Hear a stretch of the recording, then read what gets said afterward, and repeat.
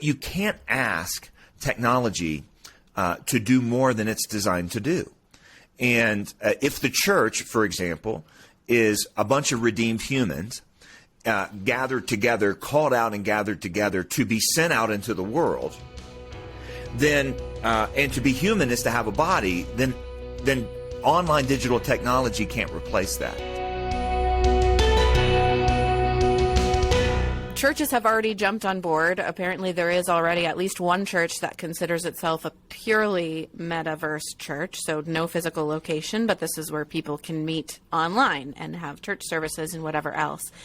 But you and Tim were kind of going through and talking about that a lot of times how we talk about things like this is we use the phrase, we need to meet people where they're at. And that just seems like such a fraught phrase for so many reasons. I understand the motivation behind it, and I totally resonate with it, and I appreciate it. That when we're talking about evangelism or building Christian community, it is important to not segregate into, you can only be a part of our church community if you already look this way culturally, right? That we're going to be open-minded and have open doors to people from all sorts of backgrounds and in all sorts of life situations. I get that. But what I thought was really helpful was you guys pointing out that the way you reach someone, whether it's through evangelism or, a step further in building actual Christian community, the way you reach someone says something about what you're reaching them to. So in other words, if you use purely digital marketing or a purely digital church space to meet someone and they respond to it, they're responding in part to that medium. Right? They like the medium that you showed them. And so to suggest like, okay, we reached you through this digital way, but now we expect you to show up physically and we expect you to do all this kind of dirty work of like meeting people in their homes and bringing meals when they need them and visiting people in the hospital. It would almost feel like a bait and switch, I would think, at that point. It's like you communicated to me at the front end that I could do this in my sweatpants from my couch, and now you're saying it involves all these other things. I can imagine that would be a hurdle. At the same time, I don't think you guys were suggesting that it's all bad, that we need to be Luddites. We talked about that last week where we just eschew all technology altogether. But do you think this will be a growing problem as Facebook/Meta continues to increase its footprint culturally? Yeah, I think it's times like these we have to start with the end in mind, and we have to start with really clear definitions. And that's not something that has always happened for churches as they've embraced new technologies. To be really clear on what do we mean by the church and what is the church. I love, anytime that a conversation here can take us back to a wonderful T.S. Eliot idea that before you know what you should do with something, you should know what that something is for. And it's a framework that comes out of an article he wrote on, an essay he wrote on education, that before you know what it means to educate and how to do education, you need to know what education is for, and therefore what humanity is for. Same thing is true here. We tend to evaluate new technologies on purely pragmatic measurements. And you need to know if it's working, but you need to know if it's working for what. And that requires defining really carefully kind of who we are. So, for example, this is nothing new. Churches running into the metaverse, and I think the metaverse is a construction project. I think it actually refers more to what's trying to be built, and so you can invite you can call what you do as a church the metaverse without necessarily being in Facebook's version of it or whatever. You're just kind of creating either virtual reality or whatever. Okay. But the point is that Christians have embraced technology from the very beginning. Evangelicals in particular. Evangelicals are the quickest to do this always. You can start with newspapers. You can go back to even before that to the printing press. And this was a way of taking the gospel forward.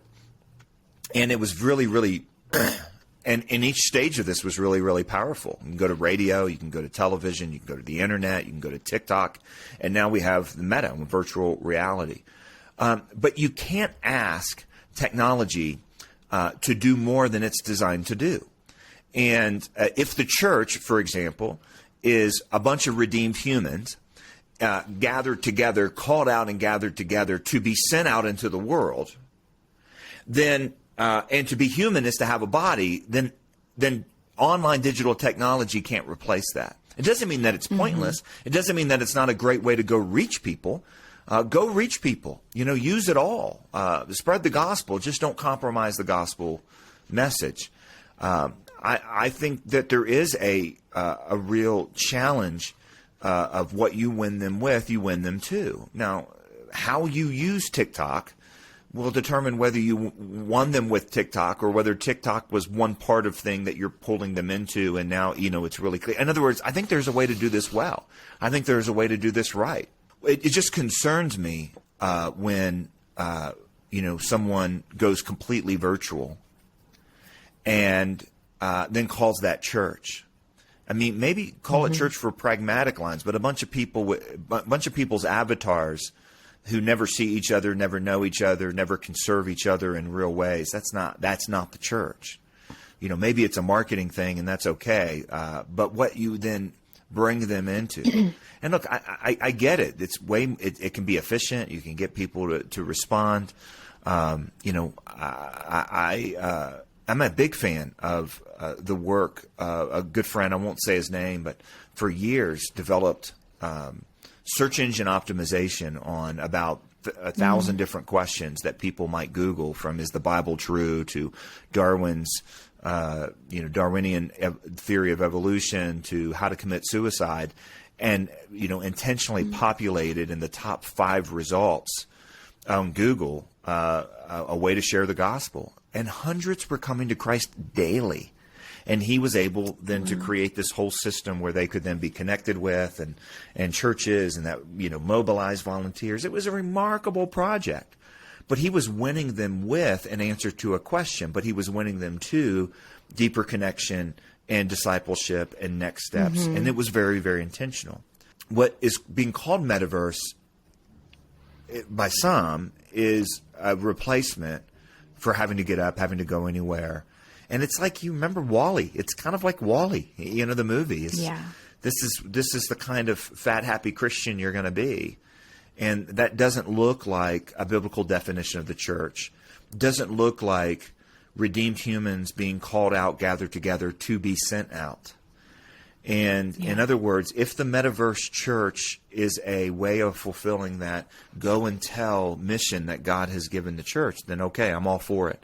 If it is a replacement, come and see how cool we are, then that, and we'll give you something just where you are. The gospel does meet you just where you are, but it doesn't leave you that way. That's the key. That is the key. No matter, you want to have a drug addict church to reach drug addicts, go for it and do it, because redeemed drug addicts are redeemed sinners like the rest of us, and God bless them. But you don't meet them where they are and then leave them there. That's not what Jesus ever does.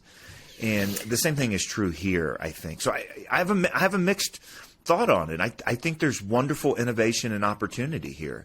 I also think that there's a real danger whenever we replace what are essentials of the church. And essentials of the church are not less than essentials of what it means to be humans. And we do have bodies, and that those bodies matter.